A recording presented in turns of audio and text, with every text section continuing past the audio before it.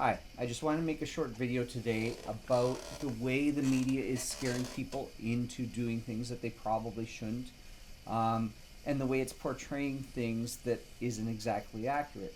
And so, since the beginning of this pandemic, one of the things I've been doing is taking a very close look at, I'm in Ontario, Canada, the Ontario epidemiological reports. And Ontario Public Health Ontario, to their credit, have been publishing a lot of regular updates. And one of the updates they do is the confirmed cases of COVID 19 following vaccination in Ontario.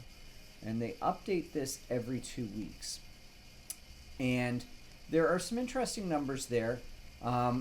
Two things about it. One, they amalgamate all the numbers from December 14th to the most current date, which does make the unvaccinated cases look a lot greater than they are, because at September or December 14th, nobody was vaccinated.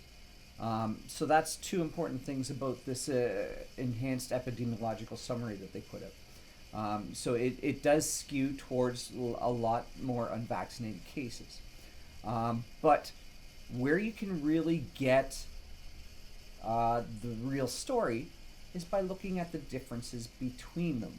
Because, say, for example, 2 weeks ago they put out one from December 14th, 2020 to September 4th. And then, of course, this week they put out the one that was up to and including September 18th. So what happens is, by looking at the difference between December 14th to September 4th and December 14th to September 18th, you can get a much clearer picture of what's going on between September 4th and September 18th. And two of the things that are striking about that in this report is the number of confirmed post-vaccination COVID infections.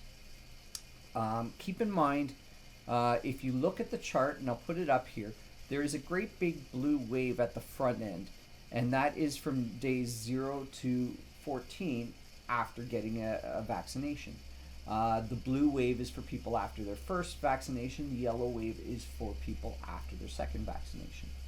And the blue wave, if you look at it, it's separated into light blue for asymptomatic cases and dark blue for symptomatic cases. And you can see the vast majority of these are symptomatic cases. Now, what do we know about symptomatic cases? You're more likely to spread it. So these are people that in their 14 days after their first vaccine are spreading COVID-19.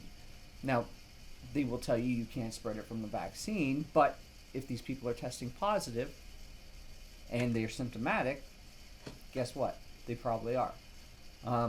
Now, as you get further away from the vaccination dates, you see it tail off, and you get fewer and fewer infections and fewer breakthrough cases. That's great.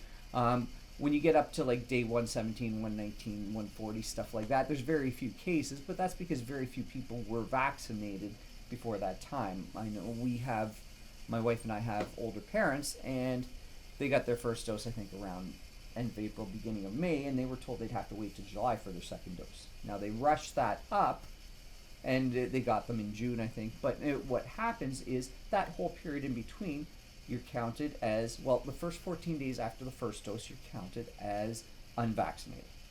So if you get a case 3 days after your vaccine, 13 days after your vaccine, if you develop COVID, that's counted as an unvaccinated case. If you get it 15 days after your first dose, that's counted as partially vaccinated. And then if you get your second dose and you develop COVID 10 days, that's still partially vaccinated. It's not till the 15th day after your second dose that's counted as a fully vaccinated case. Now, the other thing that happened in Ontario is we waited a long time to start vaccinating younger people. I think 18-year-olds were around May we started vaccinating 18-year-olds, and it wasn't until June or July that we started allowing vaccines for 12 to 17-year-olds, and this is the bigger issue. This is the one people should be focusing on, because if you look in that age group, on these epidemiological reports, on page 11, I believe it is, page 11 of the December 14th to September 4th, there is a graph. And I used to share this graph a lot because it shows hospitalizations, including intensive care admissions, among unvaccinated, partially vaccinated, and breakthrough confirmed cases. And so, for example, the one from 2 weeks ago was for December 14th to September 4th. And if you look at that in the 12 to 17-year-old age group, you would look at it and you would see the vast majority of the hospitalizations were in partially vaccinated 12 to 17-year-olds. As a matter of fact, if you look at the graph, it's about 3 to 4 times bigger than the line for the unvaccinated. Now, keep in mind, 12 to 17 is a smaller segment. We're not dealing with like the 80 plus where there's a lot more hospitalizations. But what was really interesting was when they came out with the new one, which was just yesterday, I think, the 28th or somewhere around there, 28th or 27th, it was published.